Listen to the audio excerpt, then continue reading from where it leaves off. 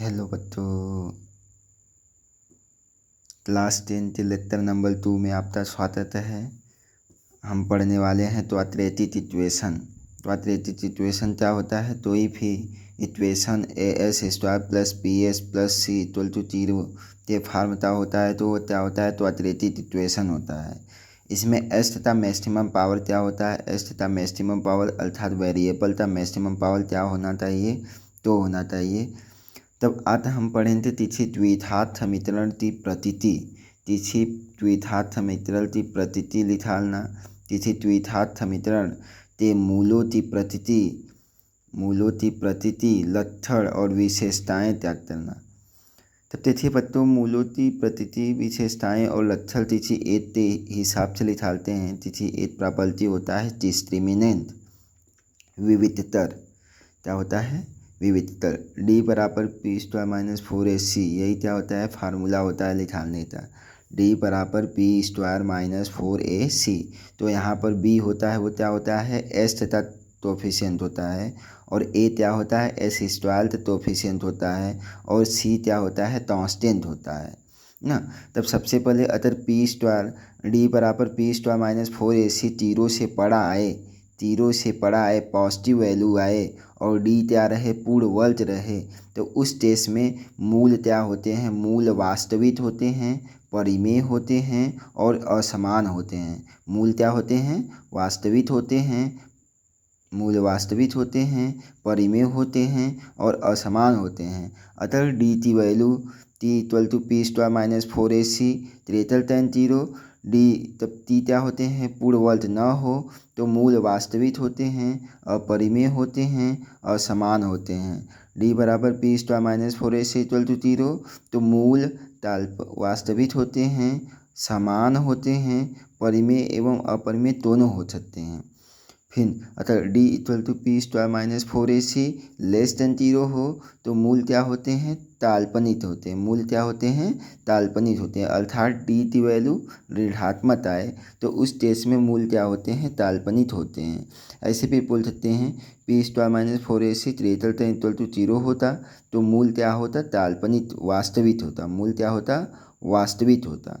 मूल वास्तविक होता अर्थात P greater than equal to 2 root में AC और P² minus 4AC less than equal to 0 होता तो मूल क्या होता? उस केस में काल्पनिक होता। अब मूल काल्पनिक होने का मतलब कोई नंबर वास्तविक कोई नंबर नहीं होता, वास्तविक नंबर नहीं होता, हमें काल्पनिक नंबर मिले था।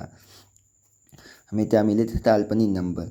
जैसे बच्चों देखिए हम लोग कल देखते हैं S² माइनस 5S प्लस 7।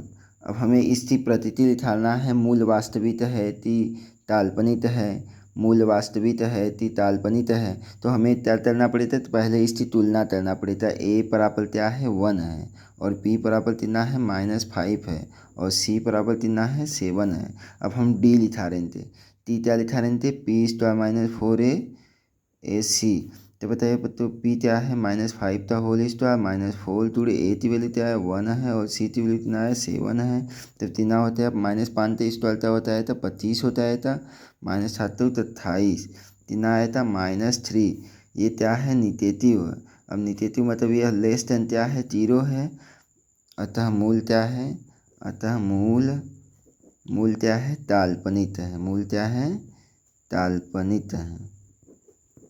मूल काल्पनिक है। जैसे S² minus 6S plus 8 S² minus 6S plus 8 है तो A क्या है? इसमें बताइए 1 है। P क्या है? देखिए 6 है, -6 है और C कितना है? 8 है। तब लिखा रहे थे T की वैल्यू। T क्या होता है? P² minus 4AC। तब P कितना है बच्चों? -6 का स्क्वायर माइनस 4 टूडे A की वैल्यू कितना है? 1, C की वैल्यू कितना है? 8। तब -6 का स्क्वायर कितना होता है? 36 -8 होता 32 कितना होता? 4। और ये 4 क्या है? पूर्ण वर्ग है। क्या है? पूर्ण वर्ग।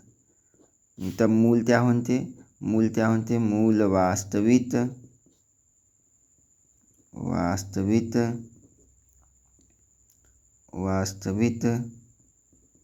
परिमेय असमान।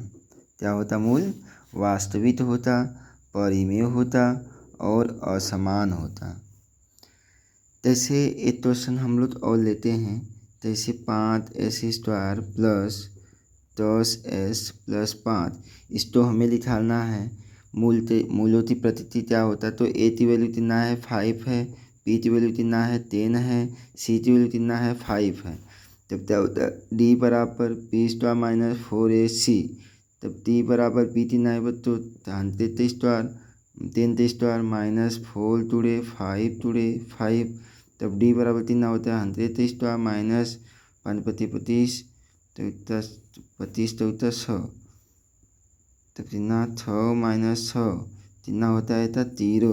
अब 0 क्या होता है मूल वास्तविक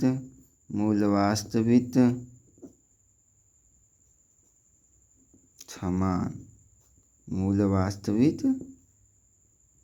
समान होता। धन्यवाद।